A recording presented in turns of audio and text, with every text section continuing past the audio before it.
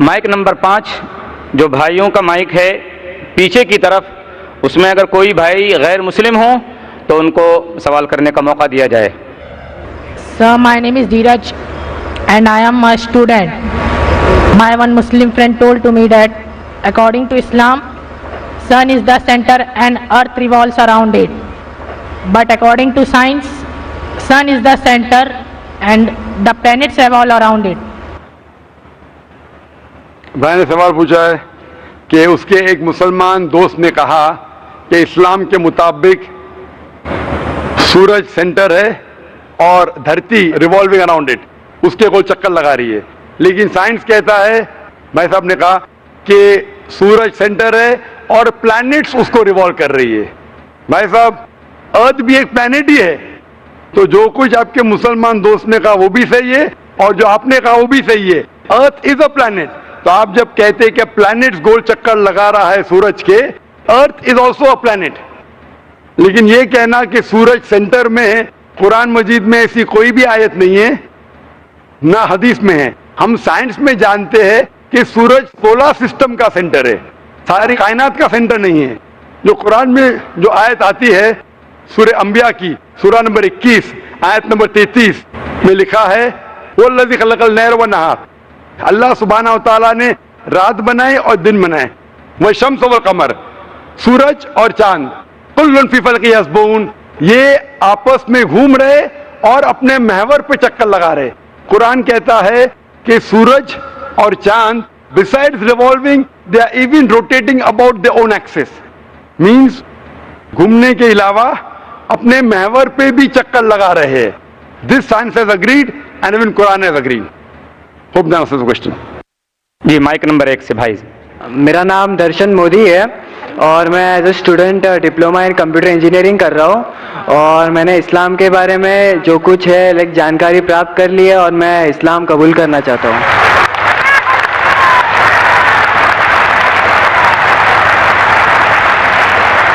بھائی صاحب نے کہا کہ اس نے اسلام کی جانکاری حاصل کر چکی ہے اور اسلام قبول کرنا چاہتا ہے. میں پوچھنا چاہتا ہوں آپ پہ کوئی بھی زبردستی کرے اسلام قبول کرنے کے لیے؟ زبردستی کوئی بھی نہیں ہے، بس اپنے اللہ تعالیٰ ایک ہے اور ان پہ ہی بھروسہ ہے. ماشاء اللہ. آپ پہ کوئی مالی دباؤ نہیں، کوئی نہیں. کوئی پریشر نہیں، کوئی نہیں. انشاءاللہ. اور آپ مانتے ہیں کہ خدا ایک ہے؟ خدا ایک ہے. اور آپ مانتے ہیں کہ محمد صلی اللہ علیہ وسلم آخری پیغمبر ہے؟ ہاں، محمد صلی اللہ علیہ وسلم آخری پیغمبر. ماشاءاللہ. تو انشاءاللہ میں عربی میں شہادت کہوں گا اور آپ اسے دہرائیے. ضرور ضرور. اشہدو اشہدو اللہ اللہ الہ الہ الا اللہ الا اللہ واشہدو واشہدو ان محمدن محمدن عبدہ عبدہ ورسولہ. ورسولہ. میں شہادت دیتا ہوں میں شہادت دیتا ہوں کہ اللہ کے علاوہ اللہ کے علاوہ کوئی معبود نہیں کوئی معبود نہیں، اور محمد صلی اللہ علیہ وسلم صلی اللہ علیہ وسلم اس کے بندے اور پیغمبر ہے. ماشاء اللہ. آپ مسلمان ہو چکے. میں آپ کو اپنے تہہ دل سے شکریہ ادا کرنا چاہتا ہوں کہ آپ کی بکس نے مجھے بہت ہیلپ کی ہے، اور بس میرے سبھی مسلم بھائی بہنوں سے یہی کہنا چاہتا ہوں کہ آپ میرے پریوار کے لیے دعا کیجیے گا کہ ان میں بھی ایمان آ جائے. انشاءاللہ ہم دعا کریں گے آپ کے لیے بھی کہ آپ کو بہترین سے بہترین زندگی اس دنیا میں ملے، آخرت میں ملے. اور ہم دعا کریں گے اللہ سبحانہ و تعالیٰ سے کہ آپ کے خاندان والوں کو بھی ہدایت دے انشاءاللہ. اور میں اپنے نان مسلم بھائی بہنوں کے لیے بھی کہنا چاہتا ہوں کہ اسلام کوئی ٹیررزم یا اس سے ریلیٹڈ نہیں ہے. اسلام ایک امن اور ایک پیس کا دھرم ہے جو اپنے کو اللہ تعالیٰ دیے ہے، اور اس کی سچائی پراپت کر لے اور انشاءاللہ اللہ تعالیٰ ضرور آپ میں امن لے آئے گے.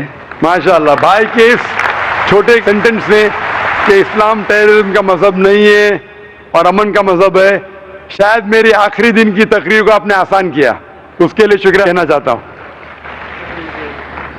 اب ہم مائک نمبر 2 جو بھائیوں کے شعبے میں. میرا نام کرن کمار، میں آندھرا والی ہوں. So I don't know Hindi very much. My friend will translate my question in Hindi. ఇప్పుడు మామూలుగా ప్రతి మతము ప్రతి కులము కొన్ని ఉన్నాయి. ఏంటంటే ప్రతి మతం వాళ్ళు వేరే వాళ్ళని బ్లేమ్ చేసి లేకపోతే పాయింట్ అవుట్ చేసి ఒక మతంతో కంపేర్ చేసినప్పుడు మాత్రమే వాళ్ళ దేవుళ్ళను హైలైట్ చేసుకోగలుగుతున్నారు.